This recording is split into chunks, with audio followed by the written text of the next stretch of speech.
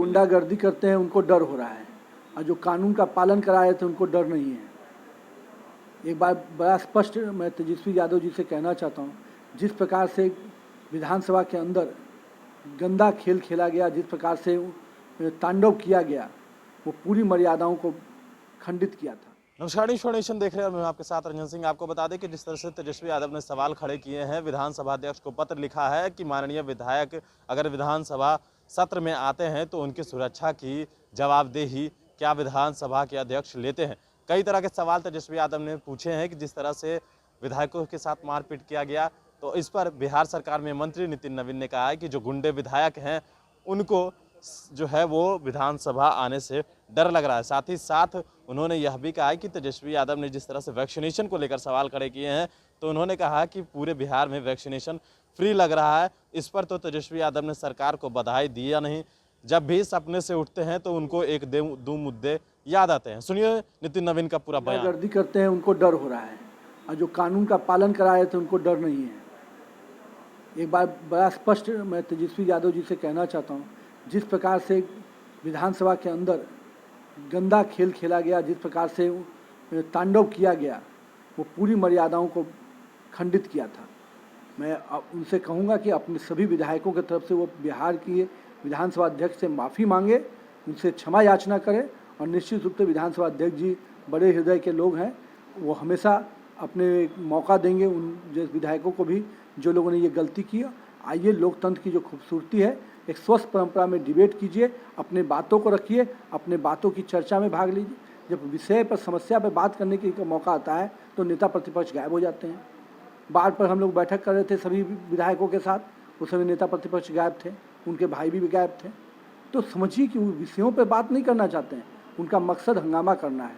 अगर उनका मकसद हंगामा करना है तो कानून अपने तरीके से निपटेगा ही। सर, बॉयकॉट की भी बात उन्होंने कही थी, लेकिन कल जब उनसे सवाल किया गया तो उस सवाल से उन्होंने तो कहा था कि हम विधानसभा के में जब तक नहीं आएंगे, जब तक ये नहीं होगा, तो फिर आने की याचना दे रहे हैं। तो हम तो उनकी याचना को भी सुनने को तैयार हैं, लेकिन पहले वो माफ़ी मांगे। देखिए, तेजस्वी यादव जब भी सपने से जागते हैं तब कुछ मुद्दों पे, आज जिस प्रकार से कोरोना के काल में पूरे देश में कोविड की वैक्सीन को फ्री किया गया, वो पर उस पर तो उन्होंने बधाई नहीं दिया राज्य की और केंद्र की सरकार को।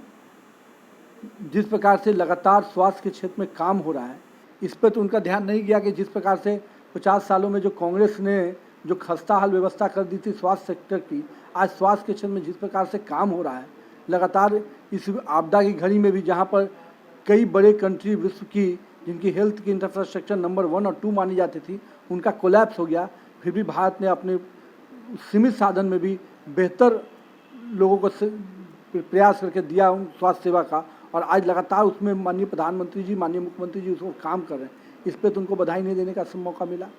तो महंगाई, जहाँ पर कोई विषय ही नहीं है, जनता को मालूम है कि जिस प्रकार से सरकार काम कर रही है, जनता का एक एक पैसे का हिसाब सरकार दे रही है, और सरकार उसको अपनी योजनाओं में सामने ला रही है।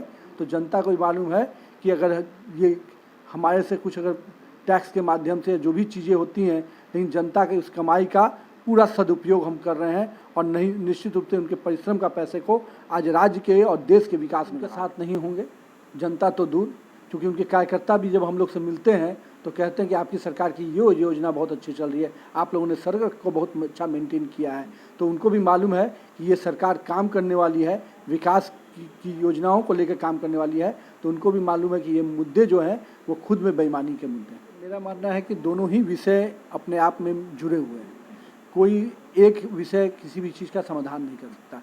मान लीजिए आप कोई कानून बना दिए और उसकी जागरूकता नहीं की तो भी संभव नहीं है, या आप जागरूकता कर रहे हैं और कानून के दायरे में उसको बांध नहीं रहे तो भी संभव नहीं है।